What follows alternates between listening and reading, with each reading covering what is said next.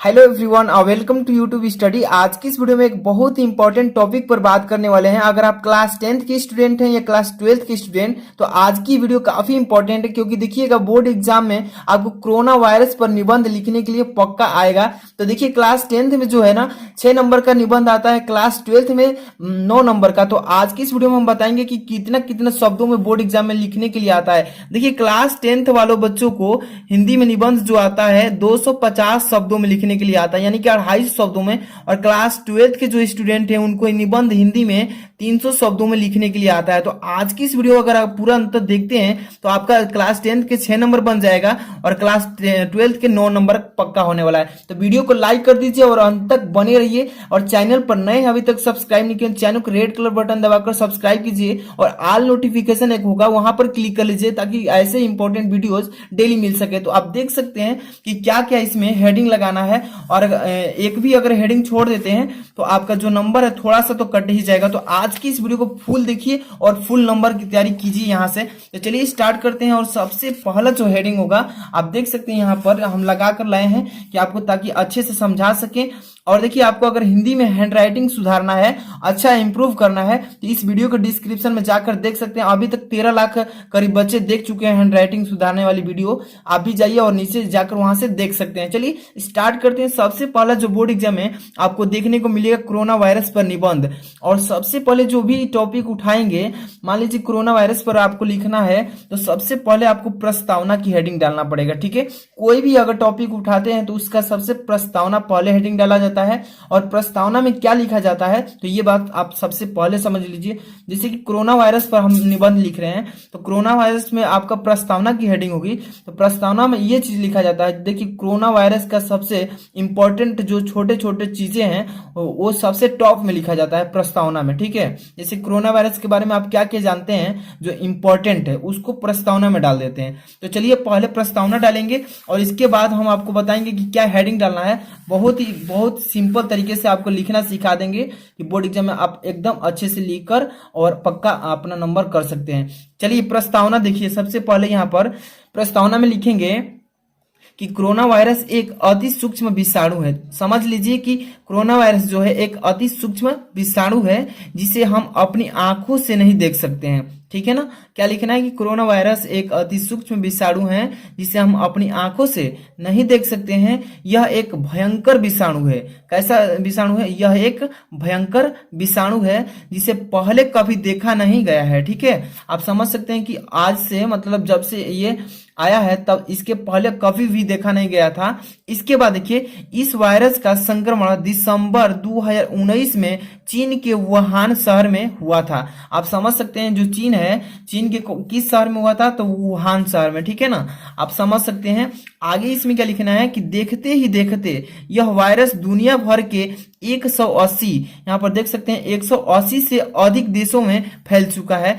पहले की बात है, लेकिन अब तो अधिक भी हो चुका है। लेकिन आपको जिस समय एग्जाम है उस समय के जितना फैला हुआ उतना भी लिख सकते हैं। ठीक है ना, कोई जरूरी नहीं कि 180 ही लिखेंगे। आगे देखिए इस वायरस के संक्रमण से जो बीमारी होती है, इस वायरस के संक्रमण से जो बीमारी होती है उसका नाम है कोविड-19। कह सकते हैं कोरोना वायरस 19 रखा गया है। ठीक है ना, इसका नाम क्या रखा गया है? कोविड-19 रखा गया है। अब इस देखिए इसे यह एक संक्रमण रोग है। यह क्या है? एक संक्रमण रोग। और आप जानते हैं कि संक्रमण रोग क्या होता है। अब देखिए विश्व स्वास्थ्य संगठन, उसको बोलते हैं WHO। WHO को फुल फॉर्म होता है वर्ल्ड हेल्थ ऑर्गेनाइजेशन, ने इस महामारी घोषित कर दिया है। इसको क्या कर दिया है? महामारी के रूप में इसको घोषित कर दिया है। वर्ल्ड हेल्थ ऑर्गेनाइजेशन एक ऐसा मतलब संगठन है जिसको जांच किया मतलब कोरोना वायरस को, और इसको किस चीज में घोषित कर दिया? एक महामारी में। ठीक है, अब देखिए इसके बाद आगे बात करते हैं। आज तक दुनिया भर में लाखों लोग इस कोविड-19 के संक्रमण से अपनी जान गंवा चुके हैं। ठीक है, आप समझ रहे होंगे। आगे देखिए इस बीमारी को पूरी तरह से ठीक करने के लिए, इस पर दावा बनाने के लिए दुनिया भर के प्रयोग किए जा रहे हैं। ठीक है, मतलब इसका कोरोना वायरस का दवा बनाने के लिए पूरा दुनिया जो है प्रयोग में लगा हुआ है, इसका एक्सपेरिमेंट करता जा रहा है और दवा बनाने की कोशिश कर रहा है। ठीक है, तो आपको प्रस्तावना में इतना लिखना है। ठीक है, अब इसके बाद हम बात कर रहे हैं अब प्रस्तावना के बाद क्या हेडिंग लगाना है, जैसे कि कोविड-19 कैसे फैलता है, यानी कि कोरोना वायरस कैसे फैलता है, कैसे इसके बारे में ये टिप्पणी पहले हेडिंग लगाना है और इस पर लिखना है। ठीक है, जैसे कि देख सकते हैं कि कोविड-19 एक संक्रामक बीमारी होने का कारण यही से फैलती है। समझ सकते हैं, फिर से बोलेंगे कि कोविड-19 एक संक्रामक बीमारी होने के कारण यहीं से फैलती है। यह बीमारी कोरोना संक्रमित व्यक्ति से या उनके निकट संपर्क या उसकी खांसी या छींक से उत्पन्न होने वाली बूंदों के कारण कई लोगों में तेजी से फैलती है। आप समझ सकते हैं कि यह कैसे फैलती है। तो कोविड-19 एक संक्रामक बीमारी होने के कारण यही से फैलती है। यह बीमारी कोरोना संक्रमित व्यक्ति से या उसके निकट संपर्क में, यानी कि जिस व्यक्ति के पास में जाएंगे, निकट जाएंगे, या उसकी खांसी या उसके छींक से उत्पन्न होने वाली जो बूंद मुंह के द्वारा निकलती है, उसके कारण से ये जो होता है वायरस तेजी से फैलता है। ठीक है, इतना लिख देंगे कि ये कैसा फैलता है। अब इसका लक्षण कैसे है, कि मतलब कैसे पहचानेंगे कि ये कोरोना वायरस हुआ है किसी व्यक्ति को। ठीक है, इसका लक्षण क्या होता है, देखिए इस बीमारी के लक्षण दिखने में आम लगते हैं, मतलब बहुत ही सिंपल है।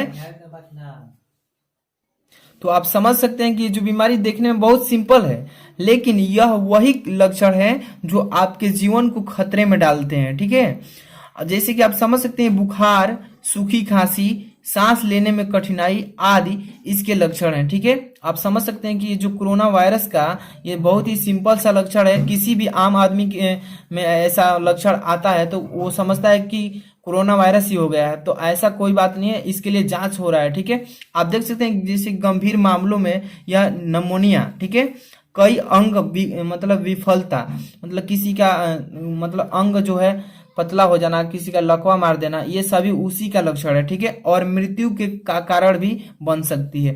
तो जो कोरोना वायरस है इसमें इसका लक्षण बस इतना लिख देना है। ठीक है, ज्यादा इसमें कुछ नहीं डालना है। अगर आप क्लास 10th में है और क्लास 12th में है तो आप यहाँ पर थोड़ा सा और भी 2-4 लाइन बढ़ाकर लिख देंगे। अब चलते हैं, अगला हेडिंग आपका क्या होने वाला है। तो देखिए, अब इसके बाद हम लोग जानेंगे कोरोना से बचने के उपाय।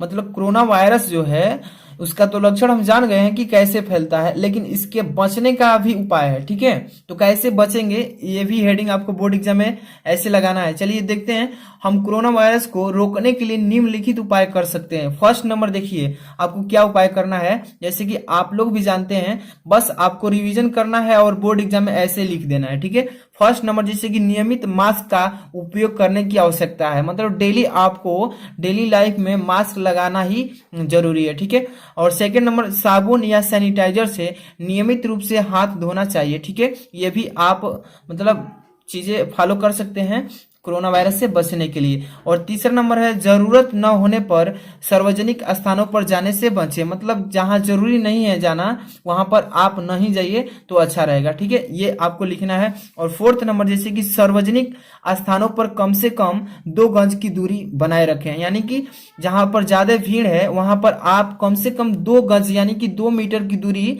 बनाए रखें।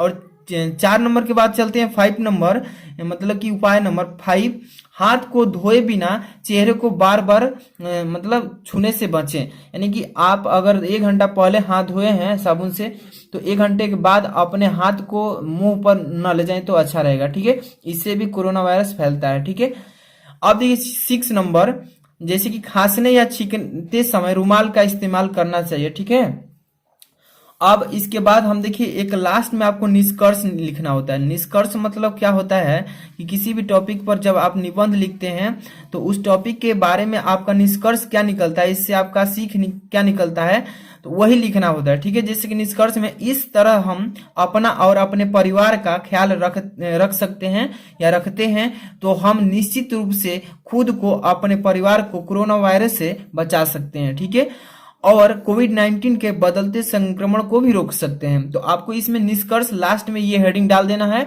और लिख देना है, ज्यादा नहीं, बस इतना लिखेंगे आपको बस पूरा फुल एग्जामिनर जो है नंबर दे देगा। और ऐसे ही सारा इंपॉर्टेंट वीडियोस देखने के लिए चैनल को सब्सक्राइब जरूर कीजिएगा और इस वीडियो को शेयर कीजिए। और इसका पीडीएफ चाहिए आपको फ्री में, तो पीडीएफ मैं इस वीडियो का डिस्क्रिप्शन में डाल देता हूं, वहां से जाकर इसको डाउनलोड कर लेना।